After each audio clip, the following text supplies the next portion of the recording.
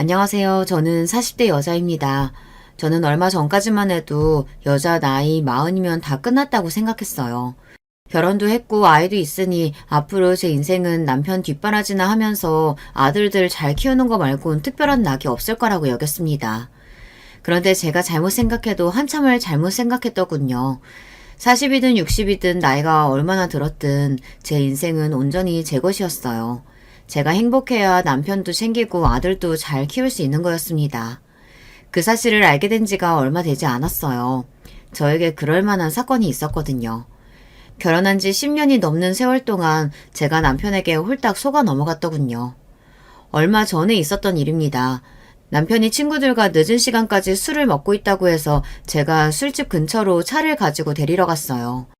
결혼하고 지난 10년 동안 저는 항상 그랬었기 때문에 저에게는 별로 어려운 일이 아니었지만 다른 친구들에게 이야기를 하면 술 먹는 남편이 뭐가 좋다고 데리러 가냐고 의아해했습니다.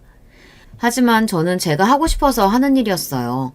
그러고 싶어서 운전면허를 딴 거기도 하거든요. 남편이 연애할 때부터 친구들이랑 술을 좋아했어요.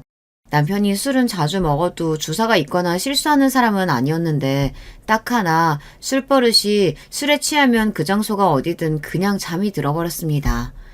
연애할 때 몇 번이나 술을 먹다가 아무 데서나 잠들어서 연락두절이 된 적이 있었어요. 저는 그러다 큰 사고라도 날까봐 너무 걱정돼서 그때부터 남편이 친구들과 술 약속이 있다고 하면 항상 알아서 데리러 갔습니다. 아들을 임신했을 때도 아들이 어릴 때도 항상 데리러 갔어요. 그랬으니 이제는 남편 친구들이 알아서 남편이 술에 취할 것 같으면 미리 저에게 연락을 해주기까지 했습니다. 그래서 그날도 남편 친구의 연락을 받고 근처 술집으로 데리러 갔어요. 그런데 술집에 도착해서 들어갔더니 남편도 친구들도 술집에 없더군요. 그때였어요. 술집 뒤편 공터에서 익숙한 목소리가 들렸습니다. 남편 목소리였어요. 웬일로 아직 술에 안 취했는지 친구들이랑 담배를 피우고 있는 것 같더군요. 저는 남편을 놀라게 해주려고 인기척을 내지 않고 술집 뒤편으로 들어갔습니다. 그런데 그때였어요. 듣지 말았으면 좋았을 이야기를 듣고야 말았습니다. 아, 이윤식, 이 자식은 장가나는 진짜 기똥차게 잘 갔다니까. 처가 부자인 것도 얄미워 죽겠는데 마누라까지 착해가지고 술 취했다고 하면 매번 데리러 오잖아. 세상에 그런 여자가 어딨냐? 남편 친구들이 제 이야기를 하며 남편에게 장가 잘 갔다고 부럽다고 했어요. 그런데 그 순간 남편이 물고 있던 담배를 바닥에 툭 던지더니 미간을 확 구기더군요. 그러더니 한다는 말이 가관이었습니다. 아, 이 새끼들이 모르는 소리 하고 있네. 내가 부잣집 사위 한번 해보겠다고 얼마나 많은 걸 포기하고 사는 줄 알아? 우리 장인 주말마다 다 불러내서 골프다 모입니다. 매일 끌고 다니잖아. 저는 남편의 격앙된 목소리에 놀라서 그 자리에 바짝 얼어버리고 말았습니다. 친정아버지가 주말에 남편을 자주 불러내기는 하시지만 그때마다 남편도 좋다고 했었어요. 더군다나 아버지께서 남편을 불러내는 이유는 아버지 주변 지인들을 남편에게 소개해주기 위해서였어요. 다 남편이 하는 일에 필요한 사람들이어서요. 남편이 도대체 뭘 참고 산다는 건지 저로서는 이해가 되질 않았습니다. 하긴 너희 장인 성격 보통 아니지. 야, 그래도 임마 너 지금 너희 와이프 아니었으면 사람 구실이나 제대로 했겠냐?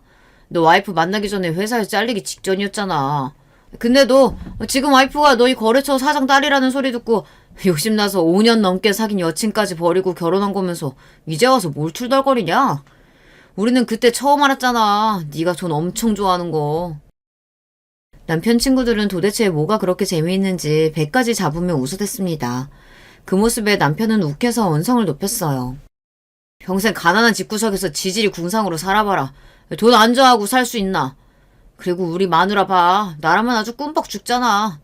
평생 부잣집에서 귀하게 커서 그런지 사람을 의심하는 세포 자체가 없어요.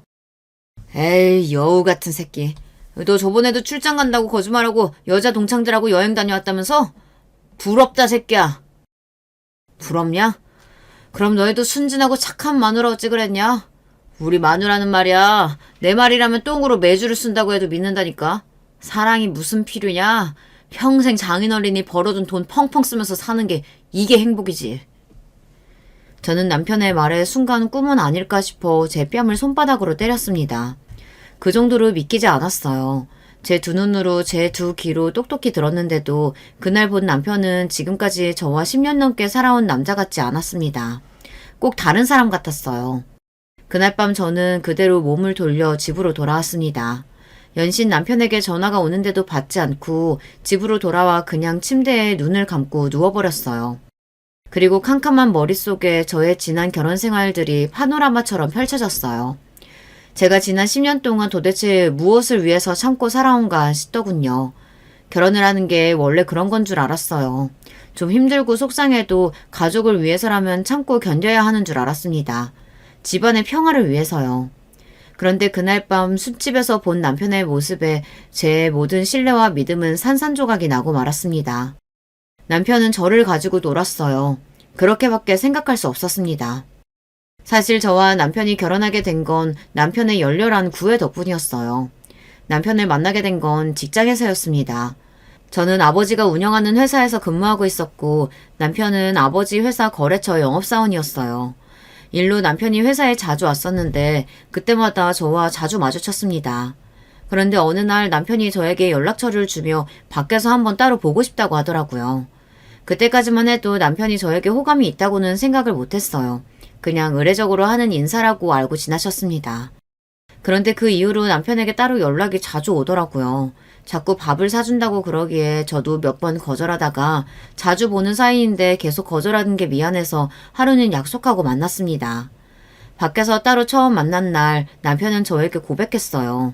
회사에서 처음 저를 만났을 때부터 좋아했다고요. 저는 남편에게 깜빡 속았습니다. 남편은 처음부터 친정 아버지께서 회사 대표라는 걸 알고 접근한 거였어요. 저를 좋아해서 만나자고 했던 말은 시커먼 거짓말이었습니다. 그때의 배신감은 정말 설명할 수 없을 정도로 저에게는 치욕스러웠어요. 저라고 남편의 모든 점이 좋았던 건 아니에요. 사실 남편과 처음 결혼하겠다고 했을 때 아버지께서 반대하셨어요. 저도 남편과 결혼하기 위해 반대까지 무릅쓰고 결혼한 겁니다. 일을 하면서 몇 년 동안 아버지도 남편을 지켜봤기 때문에 성실한 친구라는 건 알고 있었지만 제 짝으로는 많이 부족하다고 생각하셨죠. 처음 제가 남편과 연애를 하고 결혼까지 생각하고 있다고 하자 아버지는 노발대발 난리가 났어요. 이윤식, 그 친구랑 네가 뭘 해? 결혼? 그게 말이 되냐? 그 친구 일 시키기 편해서 내가 좋아하는 거지. 네 짝으로는 가당치도 않다. 그 사람 성실하고 착해. 나한테도 얼마나 잘하는데. 그 정도 성실하고 착한 사람은 세상에 널리고 널렸어. 결혼할 사람은 절대 그렇게 고르는 거 아니야. 집안이며 직장이며 뭐든지 탄탄해야지. 이윤식 그 친구 내가 잠깐 얘기해봤는데 집도 별 볼 일 없는 데다가 회사에서도 평판이 별로야. 이번 분기 영업 실적 안 나오면 잘린다는 얘기도 있어. 아빠야말로 왜 그래. 지금 회사 직원 뽑아? 내 결혼인데 내가 좋아하는 사람이랑 해야지. 직장이든 집안이든 그런 게 다 무슨 소용이야. 그때 일을 생각하면 지금도 후회가 돼요. 그 정도로 제가 순진했습니다. 아버지 말대로 결혼은 더 많은 걸 보고 신중하게 생각했어야 했는데 제가 너무 경솔했어요. 심지어 저는 아버지에게 남편을 도와달라는 말까지 했어요. 내가 좋아하는 사람인데 아빠가 예쁘게 봐서 더 좋은 자리 갈 수 있게 도와줄 수도 있는 거잖아. 우리 회사에 자리 하나 만들어줘도 되고. 저는 어릴 때부터 아버지에게 뭐든 받기만 하면서 자라서 그런지 아버지에게 부탁하는 게 어렵지 않았어요. 아버지라면 제가 원하는 건 뭐든지 다 해주셨으니까요. 제 말에 아버지는 깊은 한숨을 쉬었습니다. 지금 당장 결혼하라고 허락하는 거는 절대 아니고 아직 이르니 내가 좀 더 지켜보기로 하자. 아버지는 회사에서는 호랑이 같은 대표님이에요. 친정엄마에게도 무뚝뚝하고 살갑지 않으십니다. 하지만 하나뿐인 자식인 저에게만은 딸바보가 따로 없었어요. 말만 하면 정말로 하늘의 별이라도 따다 주실 분이었죠. 그렇다 보니 남편이 마음에 들지 않아도 단호하게 저와 남편을 떼어놓지는 못하셨어요. 그랬다가는 제가 어떻게 나올지 뻔히 다 아시니까요.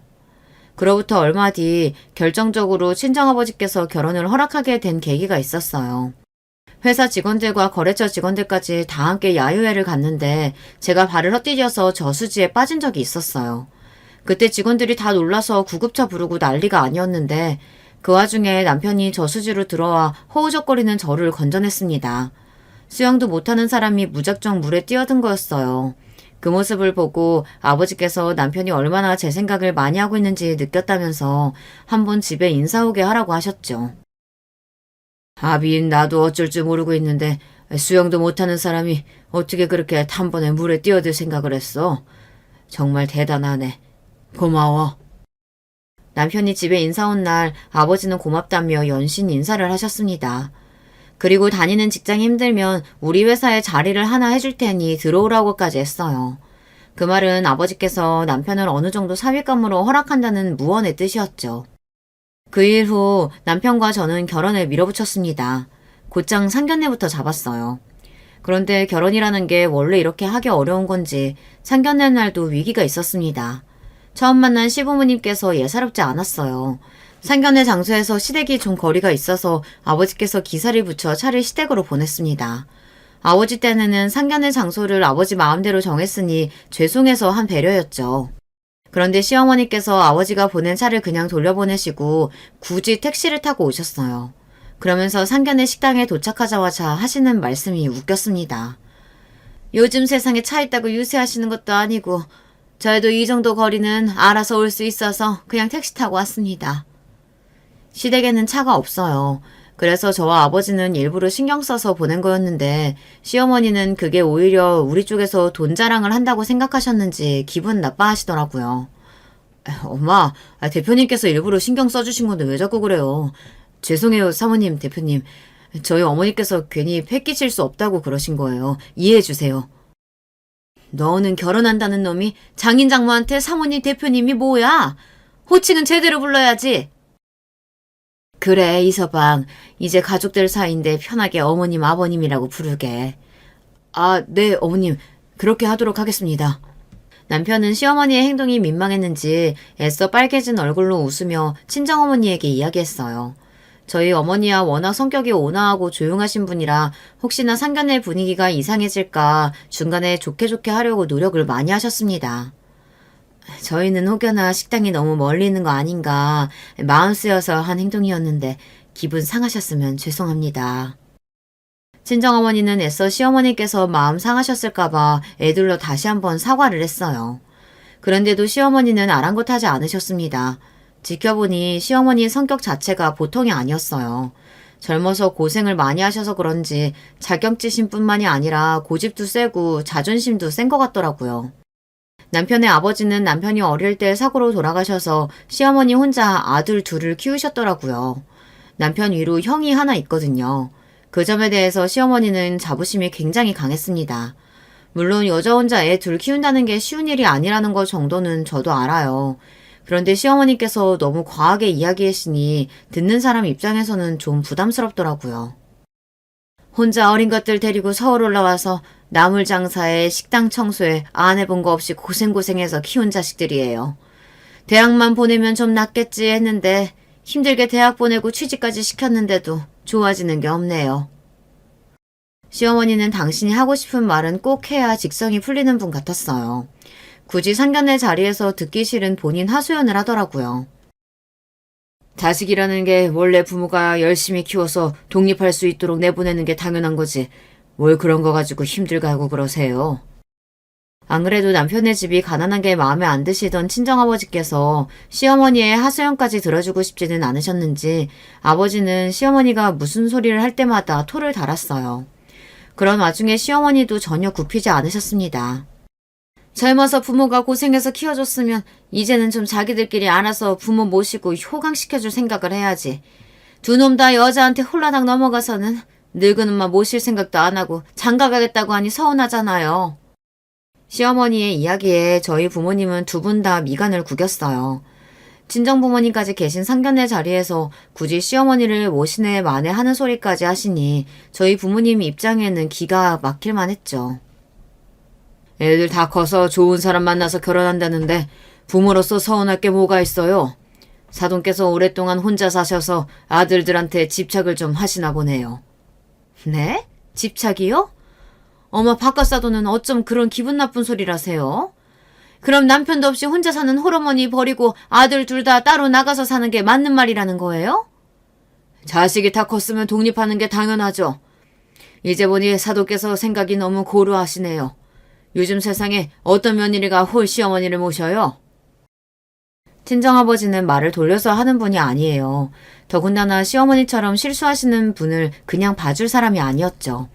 친정아버지의 입에서 튀어나온 고루하다는 말에 시어머니는 미간을 구기더니 인상을 팍 썼어요.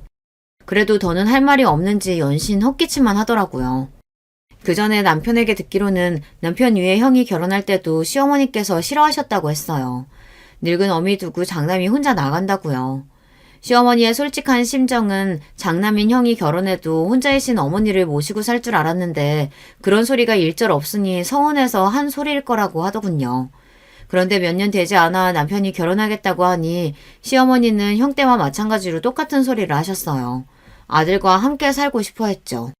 저도 시어머니의 말에 순간 당황했지만 큰 문제는 아니라고 생각했어요. 시어머니가 저와 남편과 같이 살고 싶어 해도 제가 시어머니와 같이 살 생각이 전혀 없는데 뭐가 문제인가 싶어서요.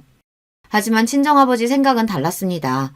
쥐뿔도 없는 주제에 어디서 감히 남의 집 귀한 딸 시집살이를 시키려고 하나라고 생각하셨죠.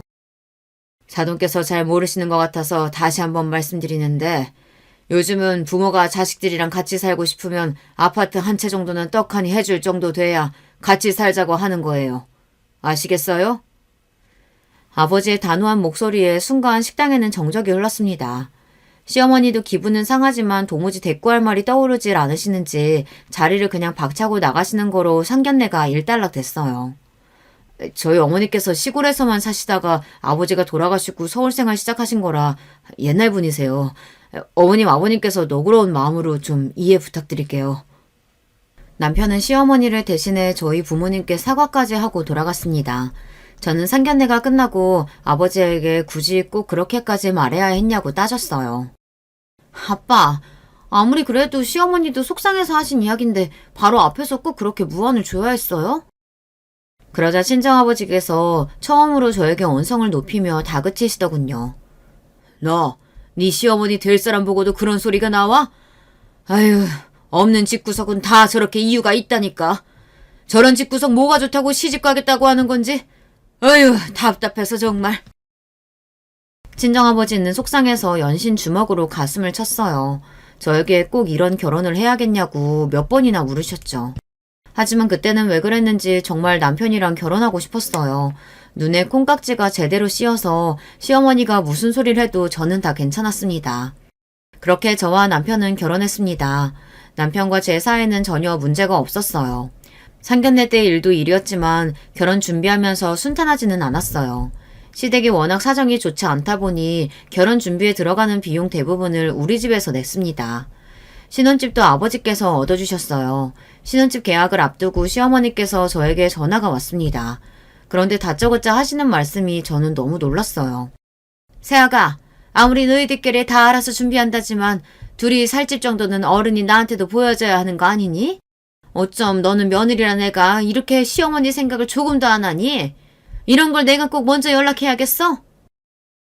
시어머니는 마치 꼭 제가 큰 잘못을 하기라도 한 것처럼 화를 내셨어요. 저도 살면서 혼나본 경험이 별로 없다 보니 시어머니의 말에 순간 바짝 얼어버리고 말았습니다.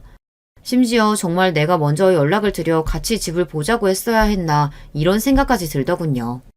그로부터 얼마 뒤 남편과 저는 시어머니를 모시고 집을 보러 함께 갔어요. 그런데 믿기지 않는 일이 벌어졌습니다. 아파트에 들어서자마자 시어머니께서 갑자기 눈물을 흘리시며 우시기 시작했어요. 아이고 여보, 이것 좀 봐요. 우리 아들이 글쎄 이렇게 좋은 아파트를 샀어요. 대단하죠? 아이고, 우리 아들 정말 대견하다, 대견해. 엄마는 지금 죽어도 여한이 없다. 순간 저는 당황해서 말문이 턱하니 막혔습니다. 집을 사준 건 친정아버지인데 남편더러 대단하고 대견하다고 얼굴까지 쓰다듬으시는데 너무 황당하고 기가 막히더군요. 저로서는 시어머니의 행동이 도무지 이해가 되질 않았어요. 그런데 나중에 남편이 하는 말로는 평생 그런 집에 살아본 적이 없다 보니 어머니 딴에는 아들이 좋은 집에 살게 된 게 너무 기쁘고 감격스러워서 그러신 것 같다고 하더라고요. 저는 남편에게 이야기를 듣고도 사실 100% 이해가 되지는 않았어요. 하지만 남편까지도 눈물을 글썽이길래 이해해보려고 했죠. 저야 남편과 자라온 환경이 달라서 잘 모르지만 남편처럼 어릴 때부터 아버지 없이 힘들게 컸으면 작은 것에도 행복감을 느끼는 게 당연하니까요. 그리고 얼마 뒤 남편은 새로운 일을 시작했습니다. 처음엔 결혼하면 아버지 회사에서 근무하려고 했었는데 아버지께서 저를 생각해서라도 남편에게 일을 좀 더 가르치는 게 낫다고 판단하셨는지 아버지께서 새로 투자하는 작은 회사에 구문직을 맡기셨어요. 그때도 아버지는 남편에게 신신당부했습니다. 이서방, 내가 자네를 100% 믿고 신뢰해서 이렇게 중요한 일을 맡기는 게 아니라 자네가 앞으로 얼마나 성장할 수 있는지 가능성을 보기 위해 테스트하는 거니까 항상 긴장하고 열심히 하도록 하게. 남편이야 당연히 뼈를 묻을 각오로 열심히 하겠다고 했죠. 하지만 저는 걱정이 되기도 했습니다. 그때야 남편의 진짜 속을 모를 때니 남편도 남편 나름대로 새로운 환경이 어려울 수도 있고 하고 싶은 것이 있을 수도 있을 텐데 괜히 저랑 결혼해서 뜻하지 않은 책임감과 부담감을 가지고 사는 게 아닌가 싶어서요. 다행인 건진 모르겠지만 어찌됐든 그때 이후로는 시어머니께서 저를 대하시는 태도가 조금 달라지기는 했습니다. 그전까지는 매일 저에게 곱게 자라서 뭘 모른다, 눈치가 없다, 남편한테 잘해라 등등 잔소리만 하셨었는데 남편이 저희 아버지 덕분에 좋은 자리로 가고 나서는 시어머니도 은근 제 눈치를 보셨어요. 한 번은 그런 적도 있었습니다. 제가 아들을 임신했을 때였는데 시어머니께서 며칠 내내 전화를 하셔 먹고 싶은 게 없냐고 물었어요. 내가 다른 건 몰라도 반찬한다는 기똥차게 잘해. 동네 반찬 가게에서 오랫동안 일했었거든. 사돈이야 돈 많은 남편 만나 고생이라는 건 모르고 사셨으니 반찬이나 제대로 만드실 줄 알겠어? 우리 손주 임신해서 며느리가 고생하는데 내가 다른 건 모르겠고 말만 해. 먹을 건 내가 다 만들어줄게. 시어머니는 참 신기한 분입니다. 같은 말을 해도 은근 기분 상하게 말을 했어요. 분명 호의라는 건 알지만 항상 시어머니랑 통화하고 나면 기분이 좋지 않았습니다. 입맛도 심하고 몸도 몸살 걸린 것처럼 자꾸 늘어져서 밥맛이 없어요. 그래도 이것저것 먹고 있으니까 걱정하지 마세요. 그럴수록 더 챙겨 먹어야 애가 크는 거야. 엄마가 힘들다고 자꾸 안 먹으면 애가 작아요. 입덧도 너무 힘들고 몸도 자꾸 기운이 빠져 말할 일도 없는데 자꾸만 시어머니께서 애를 생각해서라도 밥은 꼭 챙겨 먹어야 한다고 잔소리를 하니 처음엔 저도 기분이 썩 좋지 않았습니다. 하지만 보통 시어머니들이 하는 잔소리라고 생각하기로 했어요. 친구들 말이 원래 시어머니는 며느리보다 뱃속의 손자가 항상 먼저라고 하더라고요. 그로부터 며칠 뒤 시어머니께서 반찬을 잔뜩 만들어 남편을 통해 보내셨어요. 정말 반찬 가게에서 파는 것처럼 깨끗하고 맛있게 해주셨더라고요. 저는 감사해서 잘 먹겠다고 연락을 드렸습니다. 그런데 직장 다니면서 밥을 챙겨 먹는다는 게 생각보다 쉽지 않더군요. 평소에도 초딩 입맛이라고 불리는 저다 보니 사실 시어머니께서 해다 주신 반찬이 입에 맞지 않았어요. 남편이라도 좀 먹으라고 해도 남편도 바쁘고 정신이 없으니 잘 안 먹더라고요. 더군다나 저도 몸도 무겁고 힘들어서 대충 집에 들어오는 길에 남편이랑 사 먹거나 시켜 먹었어요. 그러다 보니 시어머니께서 해주신 반찬이 냉장고에 고스란히 남아있었던 거예요. 저나 남편이 알아서 냉장고 정리를 하든 남은 반찬을 먹든 했어야 했는데 둘 다 일이 바쁘다는 핑계로 그대로 뒀습니다. 그러던 중 시어머니께서 또 반찬을 잔뜩 해서 우리 집에 오셨다가 냉장고에 남은 반찬을 보게 되신 거죠. 그 일로 시어머니는 저에게 삐져서 그날 싸온 반찬과 냉장고에 있던 반찬들까지 몽땅 다 가져가 버렸습니다. 기껏 힘들게 만들어서 바리바리 싸다 줬더니만 하나도 안 먹고 썩을 때까지 냉장고에 두는 건 도대체 무슨 생각이니? 새아기 네가 없이 살아본 적이 없어서 아까운 줄을 모르나 본데 그게 다 좋은 재료로만 신경 써서 만든 것들이야. 사람 성의를 무시해도 유분수지? 내가 다시는 반찬해오나 봐라. 어머니 죄송해요. 제가 워낙 초딩 입맛에 입이 짧아서 반찬 같은 건 잘 안 챙겨 먹어서요. 힘들게 해주셨는데 죄송합니다. 저도 제가 잘못한 건 알아서 금방 인정하고 시어머니께 잘못했다고 했어요. 그래도 시어머니는 화가 풀리지를 않으셨는지 연신 씩씩거리며 저에게 화를 냈습니다.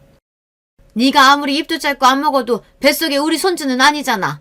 엄마가 돼서 애를 먼저 챙겨야지. 요즘 애들은 아무튼 자기밖에 모른다니까. 이래서 애는 오냐오냐 키우는 게 아닌데 외동이라고 얼마나 버릇없이 키웠으면 여자애가 저 모양인지. 엄마 그만 좀 해. 우리가 해달라고 한 것도 아니고 엄마가 마음대로 해줘놓고 왜 그렇게 생색을 내. 우리가 알아서 정리할 테니까 그냥 두고 가세요. 제 표정이 점점 어두워지자 남편도 신경이 쓰였는지 애써 어머니 앞에서 제 편을 들었습니다. 그러자 시어머니는 더 화가 나서 씩씩거렸어요.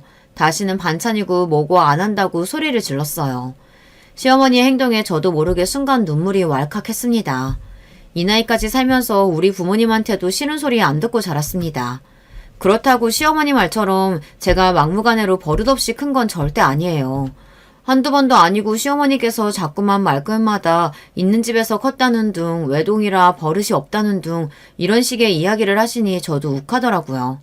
하지만 남편을 봐서 참았습니다. 시어머니에게 제가 안 좋은 소리를 들을 때마다 남편이 항상 제 편을 들어줘서 저에게 미안하다고 어머니가 뭘 몰라서 그런 거니 이해해달라고 항상 그랬거든요. 그런데 그런 말이 남편의 진심이 아니었습니다. 다 제 앞에서 잘 보이기 위한 연기였어요. 사실 시어머니와의 일 말고도 그 이후에도 제가 남편의 말만 믿고 형님네까지 도와준 게 한두 번이 아니에요. 아주버님께서 형님이랑 작은 분식집을 하고 있었는데 장사가 안 됐어요. 그래서 그대로 장사를 할지 업종을 바꿀지 고민이 많았습니다.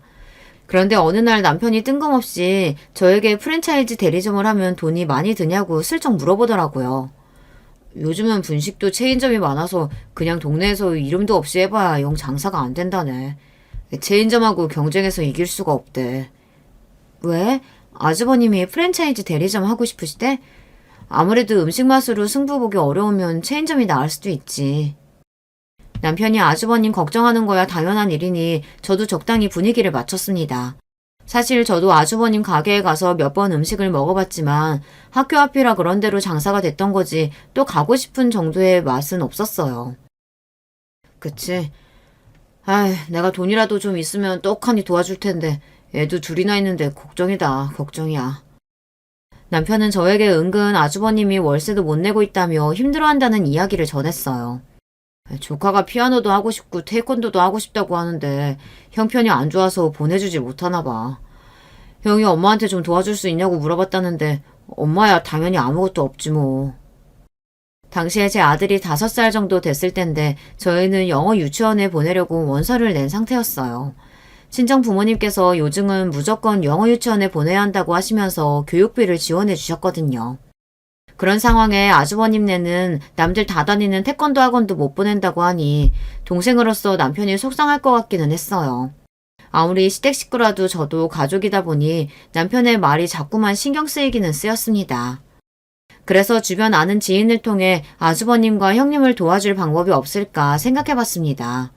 그런데 제가 아는 언니 중에 프랜차이즈 본사에 다니는 언니가 있었는데 그 언니네 브랜드 대리점이 웬만해서는 망하지 않는다고 하더라고요. 제가 말만 하면 좋은 자리를 하게 해준다고 했어요.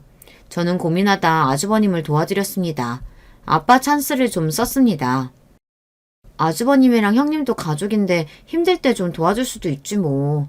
대리점 보증금이랑 인테리어 비용만 아버지가 좀 도와주세요. 지금 생각해도 제가 왜 그랬는지 모르겠어요. 호구도 이런 호구가 없습니다. 졸지에 남편 직장은 물론이고 시아주버님 가게까지 제가 책임졌어요. 내가 딸내미를 시집 보낸 건지 아들놈을 하나도 입양한 건지 모르겠다. 이제는 하다 시댁 식구들까지 먹여 살리냐? 사람이 속이 편해야 일도 열심히 하는 건데 시댁 식구한테 자꾸만 힘든 일이 생기니까 이 서방이 일에 집중을 못하잖아. 이것도 다 남편 잘 되라고 하는 내조니까 아빠가 좀 이해해 주세요. 아이고 열려놨네 열려놨어. 이 서방이 그래도 옛날보다 일도 열심히 하고 너한테도 잘하니까 그거 보고 내가 도와주는 거야. 너희 시댁 식구들이 행여나도 힘들게 하고 못살게 굴면 얄짤 없을 줄 알아. 아버지는 언제나 저의 든든한 버팀목이었습니다. 제가 뭘 해달라고 하든지 그 부탁이 무리한 부탁이더라도 뭐든 다 들어주셨으니까요. 그래서 저는 더 아버지에게 죄송했어요. 남편 하나 잘못 만나서 저희 부모님께마저 못할 짓을 한 것 같아서요. 당시에 저는 시댁이 예쁘다기보다 저에게 잘하는 남편이 좋았습니다. 결혼하고 지난 10년 동안 남편은 제 앞에서는 누구보다 좋은 남편이었고 아들에게는 좋은 아빠였어요. 절대 그 모습이 거짓이었다고는 도무지 상상하고 싶지 않았어요. 저는 지난 10년 동안 함께 살았던 남편을 떠올리며 한 번 더 남편을 믿어보고 싶었습니다. 술자리에서 술에 취해 남자들끼리 무슨 소리를 못하겠나 싶기도 해서 진실을 알아보기로 했어요.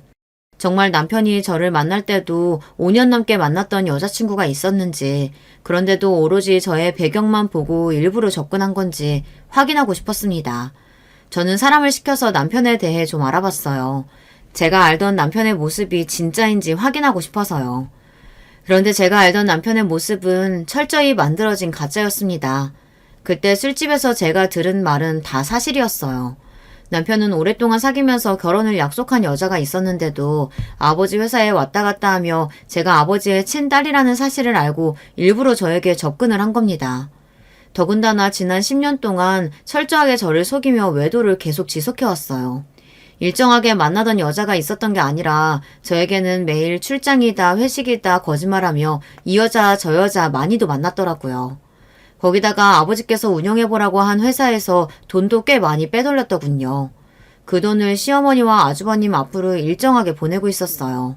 저는 순간 간신히 붙잡고 있던 이성의 끈이 끊어지는 것 같았습니다. 저는 지난 10년 동안 남편에게 이용당한 거였어요. 저는 달라져야만 했습니다. 더는 이전에 바보 천치 호구로 살 수 없었어요. 앞으로는 철저하게 남편이나 가정이 아닌 저만 생각하기로 했어요. 그로부터 얼마 뒤 때마침 남편의 진짜 모습을 확인할 수 있는 기회가 저에게 생겼습니다.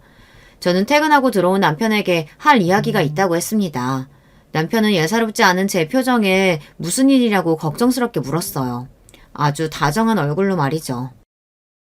아버지 회사가 망했어. 아버지 회사가 망했어. 조만간 아버지 앞으로 된 재산 다 정리될 거야. 그랬습니다. 친정에 일이 좀 생겼어요. 아버지께서 회사를 정리하기로 하셨습니다. 그게 무슨 소리야? 장인어른 회사가 왜 망해? 당신은 명색이 아버지 회사 계열사 운영한다는 사람이 그것도 몰라?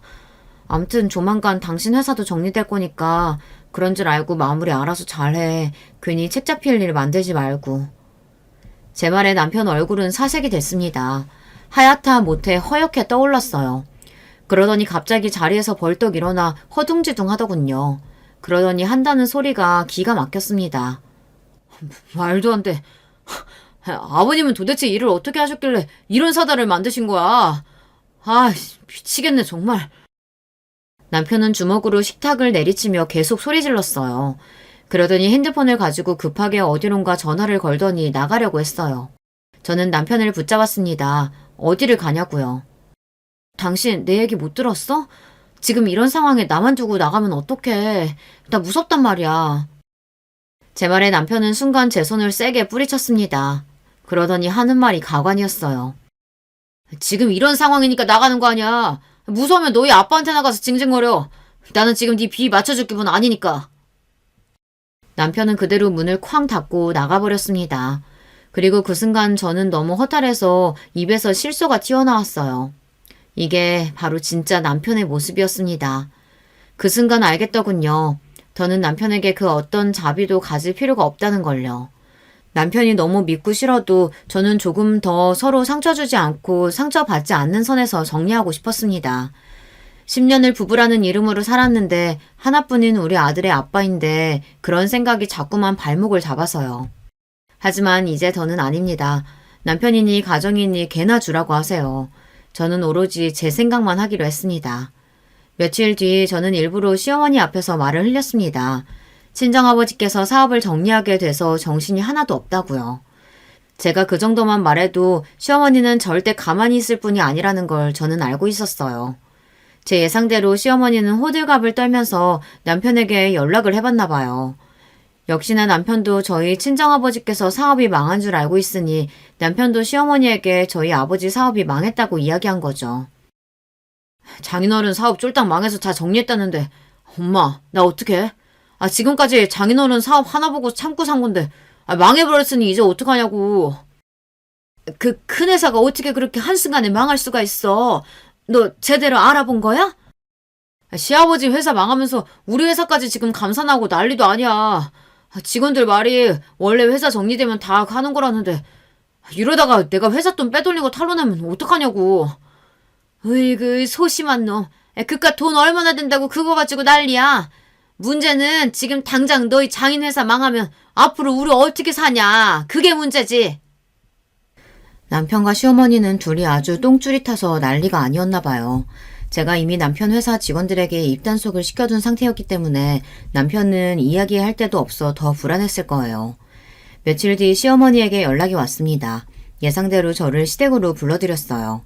그리고는 조심스럽게 너희 아버지 회사가 망한 게 사실이냐고 묻더군요. 한껏 진지한 시어머니의 표정에 저는 웃음을 참느라 힘들었습니다. 네, 맞아요. 아버지께서 대형 사고를 치셨더라고요. 아마 곧 있으면 아버지 회사랑 그이 회사도 다 정리될 거예요. 저는 최대한 침울한 얼굴로 친정아버지께서 대형 사고를 쳤다고 말했습니다. 그러자 시어머니께서 벌거진 얼굴로 앉은 자리에서 엉덩이까지 들썩거렸어요. 화가 나서 어쩔 줄 모르는 표정으로요. 그러더니 하시는 말씀이 기가 막혔습니다. 내가 너희 아버지 건방지게 굴 때부터 진작 알아봤다. 돈 좀 있다고 그렇게 허세를 부리더니만 결국은 망했어. 아유, 망하려면 본인이나 혼자 망할 것인지 내 아들한테 피해는 왜 주는 거야? 시어머니도 역시나 본인의 바닥을 금세 드러냈습니다. 그 모습을 예상했는데도 직접 제 두 눈으로 보고 나니 몸이 바들바들 떨릴 정도로 화가 나더군요. 어머님, 지금 말씀 다 하신 거예요? 다 하기는. 너는 그 중요한 얘기를 왜 안 하고 지금까지 숨기고 있었던 거니? 네 남편 망하든지 말든지 상관없었다는 거야? 아휴, 차라리 잘 됐어. 어차피 내 아들도 너한테 오만정이란 정은 다 떨어졌다는데 이 김에 그냥 이혼해라. 시어머니는 다짜고짜 저에게 이혼하라고 소리를 질렀습니다. 순간 기가 차서 코웃음이 저절로 나오더라고요. 자기가 도대체 무슨 권한으로 저에게 이혼하라 마라인지 모르겠어요. 어머님이 뭔데 저더러 이혼하라 마라 하세요? 저희 부부 일은 저희가 알아서 할 테니까 신경 쓰지 마세요. 저도 지금까지 살면서 시어머니라면 아주 치가 떨립니다. 전에야 남편과 결혼해서 산 세월이 있으니 애를 생각해서라도 참고 살아보려고 했는데 더는 아니에요. 저도 참을 만큼 참았습니다. 저는 앞으로 또 언제 시어머니와 만날 수 있을지 모르니 일부러 이 기회에 할 말 다 하자 싶었습니다. 그 아비의 그 딸이라고 싸가지 없는 것도 유전이니? 어디 감히 시어머니 앞에서 버럭버럭 대들어? 너희 아버지가 아직도 그 잘난 사장인 줄 알아? 끈떨어진 연주제에 어디서 큰 소리야? 시어머니는 역시나 본색을 그대로 드러냈습니다. 친정아버지께서 결혼 생활 내내 남편을 도와주는 것도 모자라 아주버님까지 챙겼을 때는 찍소리도 안 하고 가만히 있더니만 아버지께서 망했다는 말 한마디에 태도가 180도 변해버렸더라고요. 거기다가 시어머니는 준비성도 철저한 분이었어요. 갑자기 자리에서 벌떡 일어나더니만 서랍에서 웬 종이봉투를 꺼내더군요. 그러더니 저더러 다짜고짜 도장을 찍으라고 했습니다. 너 같은 며느리 더는 필요 없으니까 여기 이혼 서류에 당장 도장 찍고 내 손주 내놓고 나가. 사람이란 참 간사합니다. 그 와중에 시어머니는 이혼 서류까지 미리 준비해두고 남편 이름에는 도장이 다 찍혀있더군요. 거기다가 손주까지 놓고 나가라고 저에게 엄포를 놓더군요. 저는 어이가 없어서 실소가 흘러나왔습니다. 제 미소에 시어머니는 미간을 잔뜩 찌푸리더니만 지금 웃음이 나오냐고 저에게 소리를 또 질렀어요. 손수 이혼 서류까지 준비해주시고 고맙네요. 그 인간이랑 이혼할 생각하니까 저도 모르게 웃음이 절로 나오네요. 좋아요. 저도 바라던 바예요. 도장 바로 찍어드릴게요. 대신 우리 준혁이는 절대 안 돼요. 내 새끼는 내가 데려갈 거예요. 쥐뿔도 없는 년이 애를 어떻게 데려간다 그래? 너 잊었나 본데 너 이제 거지야. 평생 너 뒤치다거리만 하던 부모도 망한 마당에 네가 무슨 수로 애를 키운다 그래? 시어머니는 제 말은 듣고 싶지도 않다는 듯 고개를 절레절레 흔들며 조용히 하고 빨리 이혼 서류에 지장이나 찍으라고 했습니다. 그러면서 인주를 저에게 들이댔어요. 저는 시어머니의 뻔뻔한 모습에 다시 한번 치가 떨렸습니다. 하지만 이제 더는 화낼 힘도 없었어요. 빨리 다 마무리하고 싶었습니다. 저는 이때다 싶어 시어머니가 들이댄 이혼 서류에 지장을 찍고 자리에서 벌떡 일어나 허리를 곧게 폈습니다. 자꾸 말끝마다 쥐뿔도 없다고 하는데 뭘 좀 대단히 오해하신 것 같아요. 우리 아버지 대형 사고 쳤다는 게 설마 아예 사업이 망한 줄 아시는 거예요? 어머 웬일이야. 단단히 잘못하셨네. 저는 전혀 달라진 표정으로 깔깔 웃으며 시어머니를 비웃었습니다. 그러자 시어머니는 그런 제가 이해가 안 된다는 듯 인상을 썼어요. 네가 이제 아주 미쳤구나. 이게 다 무슨 소리야? 너희 아버지 망한 거 내가 다 아는데. 망한 게 아니라 최근에 외국계 유명 기업에서 아버지 회사를 1,000억에 매각했어요. 동남아 전역의 아버지 회사에서 만든 브랜드가 매장에 쫙 깔리기로 했거든요. 그래서 아버지 회사 팔기로 한 거예요. 그랬습니다. 아버지께서 의류 사업을 크게 하셨는데 아버지 회사에서 새로 런칭한 브랜드가 동남아랑 중국에서 유명해지며 아예 외국계 회사에서 매각 제의가 들어왔어요. 동남아 전역과 중국에 매장을 만든다고요. 아버지도 이제 연세도 있으시니 쉬시면서 자식들 편하게 살게 해주시겠다고 곧바로 매각을 결정하셨습니다. 이제 어머니와 여행도 다니고 주말 농장 같은 것도 하면서 편하게 살고 싶으시다고요. 그 소식을 알게 되자마자 저는 머릿속에 계획이 번뜩였어요. 남편에게 한 방 제대로 먹이고 이혼할 명분을 찾고 있었는데 이것만한 게 없다 싶었죠. 남편이 저를 사랑하지도 않으면서 친정 재산만 보고 결혼했다는 걸 알게 된 순간부터 저는 이를 바득바득 갈았습니다. 어떻게 하면 남편과 시댁 식구들에게 절망감을 안겨주고 영원히 빠이할 수 있을까 싶어서요. 그래서 일부러 아버지가 사업이 망한 것처럼 몰고 간 겁니다. 사랑 없이 재산만 보고 결혼한 인간이 가난해진 저와 더 살고 싶을 리 없으니까요. 이게 다 무슨 소리야? 1,000억 매각이라니? 그런 중요한 얘기를 왜 이제야 해? 너희 집안 망한 거 아니었어? 망하기는 우리 집이 왜 망해요? 어머님 댁처럼 지지리도 없는 집구석이나 망하는 거지.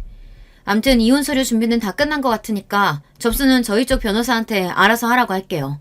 그럼 저는 이만. 저는 시어머니 손에 들려있던 이혼 서류를 획 뺏어서 들고 자리에서 일어났습니다. 제 행동에 시어머니는 안절부절 난리가 났어요. 그러더니 핸드폰으로 남편에게 전화를 걸려는 것 같더라고요. 어머머 애미야, 그게 무슨 소리야? 망한 게 아니면 말이 달라지는 거지. 얘 잠깐만, 네 남편 금방 오라고 할 테니까 잠깐만 기다려. 저는 이미 현관까지 다 걸어갔는데 시어머니는 짧은 다리로 불이 나게 따라왔어요. 그러더니 잠깐만 기다려달라고 애원을 했습니다. 저는 시어머니의 손을 세게 뿌리쳤어요. 웃기고 있네. 내가 지금까지 당신들 하늘 짓거리 모르고 있는 줄 알아? 지금까지 바보처럼 허구해줬으면 이쯤에서 고마운 줄 알고 나가 떨어져. 저는 세상에서 가장 못된 표정을 지어 보이며 시댁을 나섰습니다. 그리고 곧장 아버지 담당 변호사에게 이혼 서류를 접수했어요. 저는 속이 다 시원했습니다. 그 이후 어떻게 됐냐고요? 남편 회사는 아버지 회사가 매각되면서 자연스레 정리됐어요. 회사의 다른 직원들은 대부분 인계돼서 외국계 회사로 합병이 됐습니다. 남편만 제외하고 말이죠. 그리고 시아주버님이 운영하던 프랜차이즈 분식집도 정리했습니다. 당연히 친정아버지께서 투자한 가게인데 이혼하면 정리가 되는 거죠. 그리고 저와 남편이 살던 집도 내놓고 저는 아들과 함께 친정으로 들어왔습니다. 저와 남편의 이혼이 아들에게는 갑작스러운 일이라 혼란스러워하는 것 같긴 하지만 차차 지내다 보면 아들도 부모 입장을 이해할 거라고 믿어요. 그때까지 제가 잘 챙길 거니까요. 당연히 남편이랑 시댁 식구는 노발대발 난리가 났습니다. 심지어 남편은 제 앞에서 무릎까지 꿇고 저에게 이혼을 보류해달라고 빌었어요. 여보, 당신이 알고 있는 게 뭐든 다 오해야. 난 처가 돈만 보고 당신이랑 결혼한 거 아니야. 난 당신 사랑해. 그러니까 이혼하지 말고 우리 다시 행복하게 살자. 남편의 찌질한 모습을 보는데 제 지난 인생이 송두리째 다 후회가 되더군요. 저도 남편이 어떤 인간이든 참고 살다 보면 지난날의 아픔도 다 잊혀지고 사라질 거라고 기대했어요. 그런데 아닙니다. 저는 남편을 절대 용서할 수 없었어요. 사랑 같은 소리 하고 있네. 이미 이혼 서류 접수됐으니까 날짜 맞춰서 법원에나 잘 나와. 그리고 우리 준혁이 데려가겠다고 괜한 수작 부릴 생각하지 말고. 내가 벌써 당신이 지금까지 나랑 살면서 외도하고 우리 아버지 돈 횡령하고 그거 시댁에 갖다 준 증거 다 찾아서 법원에 같이 냈으니까. 저는 다신 찾아오지 말라고 엄포를 놓고 남편을 내쫓아 버렸습니다. 남편은 끝까지 제 바지가랑이를 잡으면서 살려달라고 울부짖었지만 소용없었습니다. 제발 여보, 당신이 날 어떻게 생각하든 한 번만 용서해주면 내가 평생 당신의 개로 살게. 그러니까 제발 이혼만 보류해줘. 개 같은 소리 하고 있네. 당신이야말로 그만 월월 짓고 내 집에서 나가. 저와 남편은 장장 1년에 걸친 소송 끝에 이혼하고 완벽한 남남이 되었습니다. 이혼하는 과정에서도 입에 담기도 싫을 정도로 더러운 일들을 많이 겪었어요. 남편이 순순히 이혼 안 해주려고 발악을 했거든요. 그 과정에서 저는 남편과 시댁 식구들에게 조금의 미련도 남지 않을 정도로 오만 정이 다 떨어졌습니다. 결국은 저는 조금의 재산도 뺏기지 않고 남편과 이혼했습니다. 아들 양육권도 당연히 제가 가져왔고요. 남편의 횡령 혐의도 확인돼서 남편은 벌금형까지 받았습니다. 그렇게 저의 10년 결혼 생활이 막을 내렸습니다. 사실 이혼 소송을 하는 지난 1년 동안 저는 피가 말릴 정도로 힘든 전쟁을 치렀어요. 세상의 모든 사람이 싫어질 정도로 쉽지 않은 일이었습니다. 하지만 이혼을 통해 잃은 것만 있는 것은 아니에요. 나에게 정말 소중한 것, 내가 원하는 것, 그게 무엇인지 정확하게 알았어요. 이제부터가 정말 시작이라는 느낌이 듭니다. 저는 앞으로 저와 저의 아들의 인생만을 생각하며 앞만 보고 달려가기로 했어요.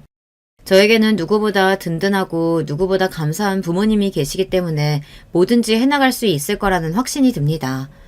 저에게 앞으로 기죽지 말고 뭐든 해나갈 수 있을 거라는 응원의 글 여러분께서 댓글로 남겨주시면 저에게 많은 힘이 될 것 같습니다. 끝까지 저의 이야기 들어주셔서 너무 감사해요. 저의 사연이 어떤 분들에게는 큰 힘이 될 수 있기를 바라겠습니다. 감사합니다. 안녕하세요. 저는 일남 일녀를 둔 60대 할머니입니다. 최근 1년 사이 저의 행복은 지옥에서 되찾아온 딸과 함께 마크라메 공방을 다니는 것이랍니다. 그날의 상처로 딸이 아직 말은 하지 못했지만 마크라메를 배우기 시작하며 외부와 소통을 시작했어요. 밖에 나가는 게 두렵기만 하던 딸이 조금이지만 한 발씩 밖으로 나서는 모습을 보면 눈물이 앞을 가립니다. 거기다 딸의 분신이기도 한 손녀가 막 걸음마를 시작해 정말 세상의 행복이 다 우리 집으로 몰려든 건 아닐까 싶은 생각이 든 정도입니다. 하지만 이런 행복을 손에 넣기까지 정말이지 너무 많은 일들이 있었어요. 저와 남편은 대학 시절 처음 알게 됐습니다. 제 나이 또래가, 그것도 여자가 대학을 졸업한다는 게 당시엔 보통 일이 아니었어요. 제 고등학교 동창들 중에서도 졸업만 겨우 한 친구들이 대부분이었죠. 하지만 당시 제 꿈은 학교 선생님이 되는 거였어요. 그래서 집안 반대에도 불구하고 대학 진학을 했습니다. 남편은 경영학 전공이었는데 대학 동아리 모임에서 알게 된 친구로부터 소개를 받았어요. 남편 집은 사업체를 여럿 운영하고 있었어요. 지금 말로 금수저 정도까지는 아니더라도 은수저는 되지 않았을까 싶네요. 남편은 야망도 컸고 그에 맞는 능력도 있는 남자였죠. 항상 모든 일에 자신감이 넘치고 자신이 하는 일엔 확신이 강한 사람이었죠. 제게 전혀 없는 그런 모습에 매력을 느낀 저는 남편의 데이트 신청에 흔쾌히 동의했고 그것이 시작이었습니다. 물론 사귀는 동안 싸움도 정말 많았어요. 남편과 저는 성격이 정반대였거든요. 특히 무슨 섭섭한 일이 있을 때 남편은 그 자리에서 바로 얘기를 하는 편이라면 저는 꾹 참았다가 한 번에 터뜨리는 편이었거든요. 그래서 남편이 저를 향해 너무 답답하다고 말했습니다. 남편과 제 사이엔 딸과 아들 하나씩 있었어요. 딸아이가 첫째, 둘째가 아들이었죠. 오늘 이야기의 주인공이기도 한 제 딸은 어릴 때 가장 좋아했던 장난감이 피아노였어요. 어린이날 선물로 받은 피아노를 정말이지 하루 종일 가지고 놀더군요. 그래서 6살 되던 해에 피아노 학원을 보냈는데 선생님께서 재능이 있다고 칭찬하셨습니다. 그게 계기가 돼서 딸아이는 피아노를 전공했습니다.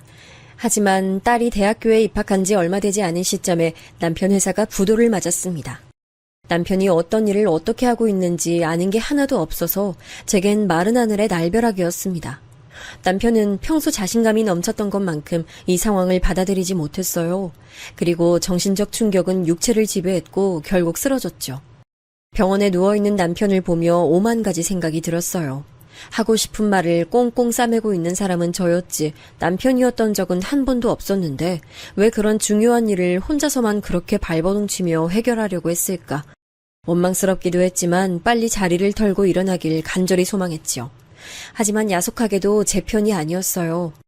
남편과 그렇게 사별하고 저는 한동안 어떻게 살아야 할지 감도 안 잡히더라고요. 거기다 남편이 남긴 빚도 상당했거든요. 결국 저는 긴 고민 끝에 남편 보험금과 제 퇴직금 그리고 살던 집을 팔아 갚을 수 있는 빚을 갚고 친정으로 돌아갔습니다. 학교를 나온 저는 지인을 통해 강남 한 학원에 관리자로 취직했어요. 학교에서 진학 상담을 했던 게 도움이 되더라고요.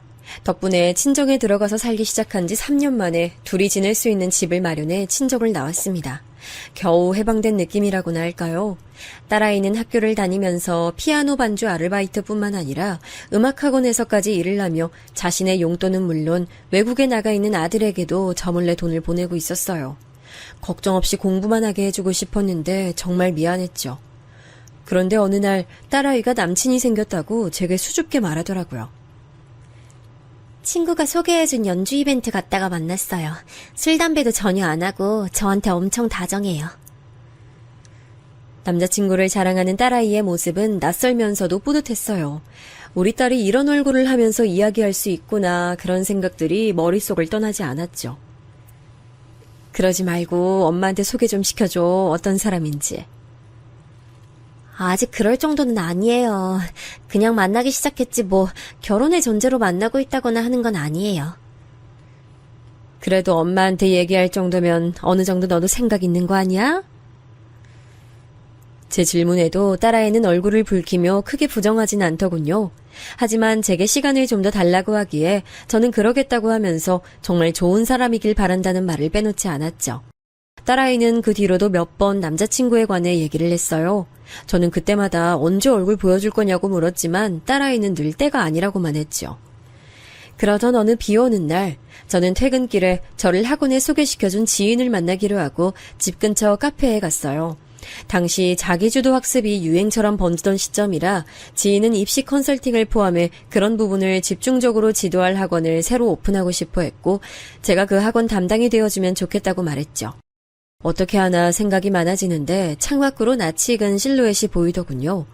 제 딸아이 현지가 한 남자와 우산을 함께 쓰고 있었어요. 그렇게 말하던 남친인 것 같았죠. 딸아이 키가 작은 편도 아니었는데 남자친구는 그보다 20cm는 더 커 보였어요. 무슨 운동을 하는 사람인지 어깨가 떡 벌어지고 체격이 크더라고요. 화기애애하게 웃으며 걸어가는데 괜히 미소가 지어졌죠. 어머, 현지 남자친구 있었어? 전에 길에서 만났을 땐 없다고 하더니 이모한테 거짓말이 나고 말이야. 그때가 언젠데 벌써 5개월은 넘었다. 만나기 시작한 지 얼마 안 됐어. 얼마 전에 100일이라고 커다란 꽃다발 들고 왔더라. 남자는 어때? 만나봤어? 뭐하는 애래? 나야 모르지. 아직 소개시켜줄 때가 아니래. 나도 오늘 처음 봤어. 그래? 근데 왜 이렇게 얼굴이 낯이 익지? 어디서 분명 본 것 같은데. 친구는 딸아이 남자친구를 분명 자신이 만난 적이 있다고 하면서 고민하더니 금방 다시 생각나면 말해주겠다고 했죠. 그렇게 얘기를 마치고 나온 저와 친구는 주차장으로 향했습니다. 저야 걸어가면 금방이라 괜찮다고 했지만 친구는 비도 오는데 어떻게 그냥 보내냐고 하면서 굳이 제게 차를 태워주겠다고 했죠. 친구를 따라 차로 향하는데 방금 본 딸아이 남자친구가 주차장으로 들어오고 있더라고요. 여기 차를 세워뒀었나 보다 하는데 큰 소리로 전화통화를 하면서 어디론가 걸어가고 있었죠. 진짜 내가 제대로 체크하라고 했잖아. 일 자꾸 그따위로 할 거야? 돈 받았으면 돈값 하라고. 진짜 좋게 말할 때 제대로 해라. 박살내기 전에. 알아들었어?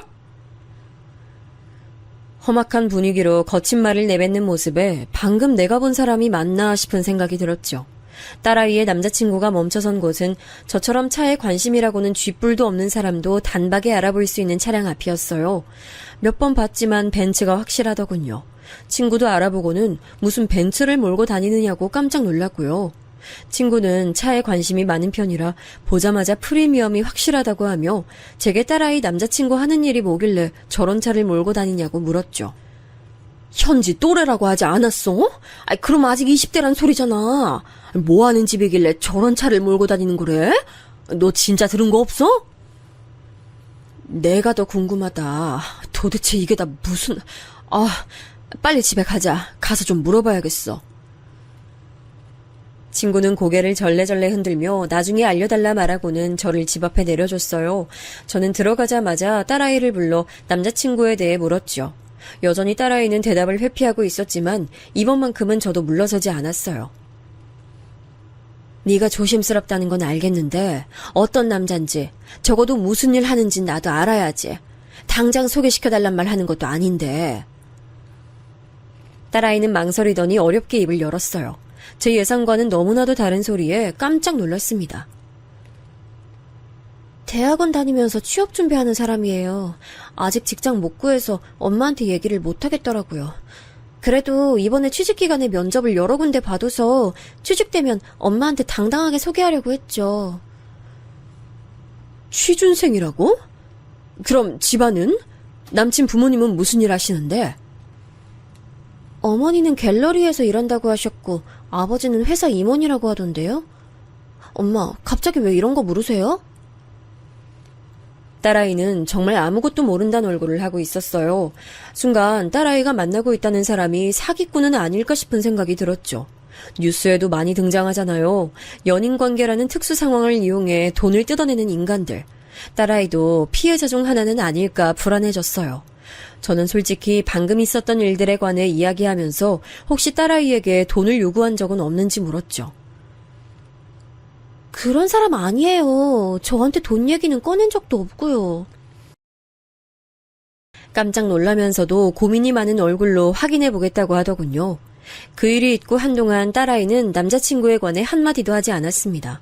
저 역시도 따로 재촉하지 않았고요. 그렇게 몇 달의 시간이 흐르고 딸아이는 제게 남자친구를 집으로 데려와도 되겠냐 물었어요.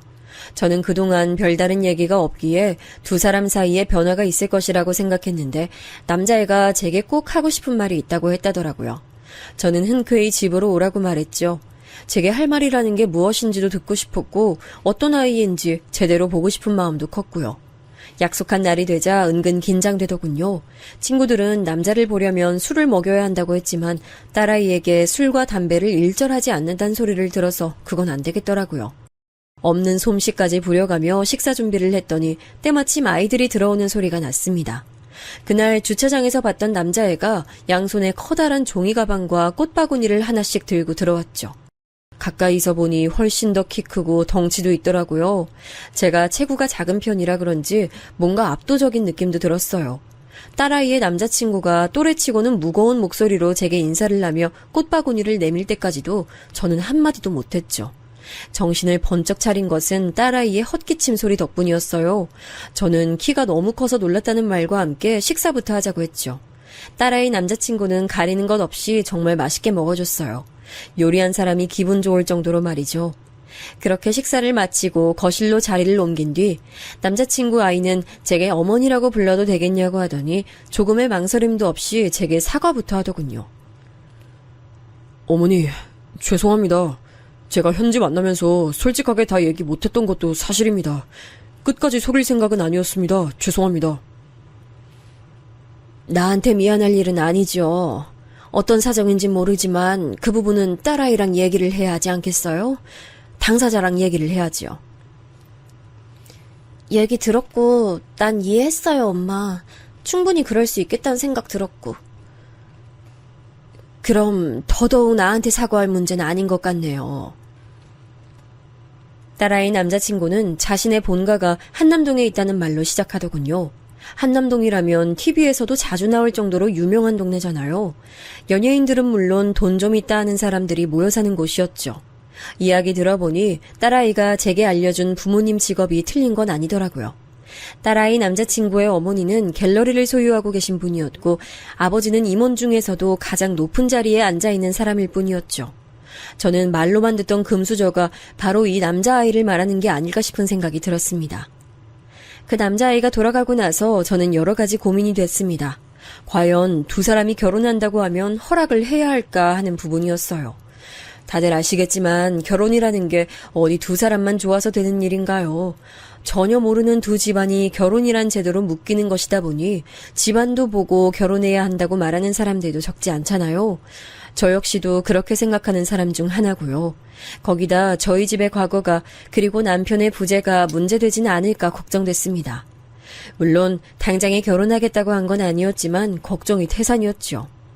근데 제 걱정과는 전혀 무관하게 두 아이는 너무 잘 만났고 결혼까지 쭉쭉 이어지더군요. 사돈도 딸아이를 무척이나 예뻐해 주셨고요. 제가 생각했던 것들은 그냥 드라마 속에서나 있는 일이구나 싶었죠. 결혼식은 정말 어마어마했습니다. 무슨 사람들이 그렇게 많이들 모이는지 다들 신랑 측 사람들이라 살짝 주눅들기도 했죠.